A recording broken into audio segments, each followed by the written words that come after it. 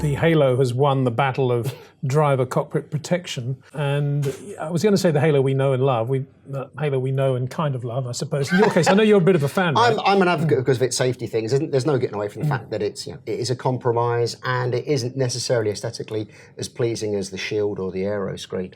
But it's there to do a job. It's there to save drivers' lives and their head and necks from injury. So, let's live with it, at least for a few years until the big change in regulations comes up. Well, speaking of the word big, the big question is there anything the teams can do within, obviously, the FIA structure that they're going to be given? Well, the teams have been given some freedom. Now, the Halo itself, the metal inner structure, will be made by a third party and supplied to the teams. The teams will then pin it to the chassis at the front and by the cockpit sides. But they will be allowed to add carbon fibre bodywork around it to streamline it.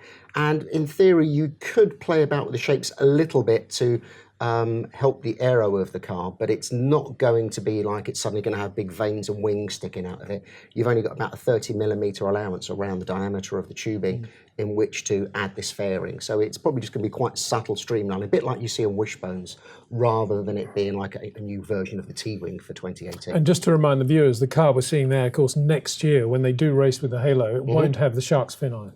No, so for next year, the shark fin and the T-Wing will both be gone, and the Halo will be there.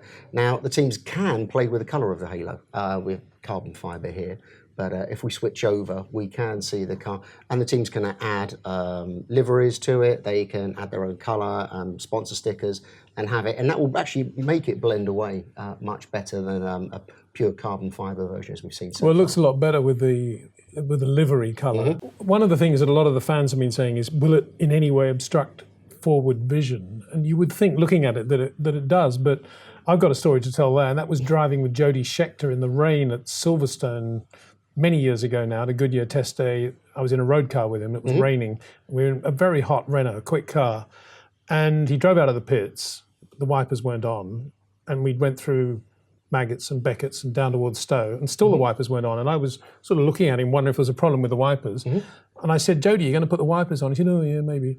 And just flicked them on.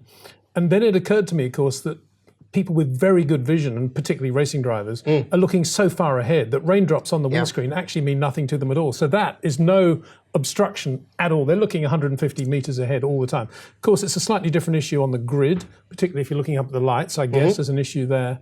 But then we should also remember that they're quite good at putting tape over a lot of the top of the visors as well, so they don't actually want a lot of vision anyway high up. And again, the most people's view is that front pillar would be quite distracting, but the driver, as you say, is looking at apexes, and on the straight, they're not really looking straight ahead. They know when you're on a straight, they're looking so far ahead. It's not as if, even if they're looking straight ahead, and they're looking miles ahead. Just as you have pillars in your car, your eyes and your brain overcome that obstacle. So I don't think that's going to be a bigger issue. The FIA know that the start lights could be an issue, and that's been understood from when we first saw the prototype of this come out back at the beginning of last year during testing. So I think all of that will be worked out. Some of the drivers don't like it. Some of the drivers are obviously very vocal about that they don't like the idea of this.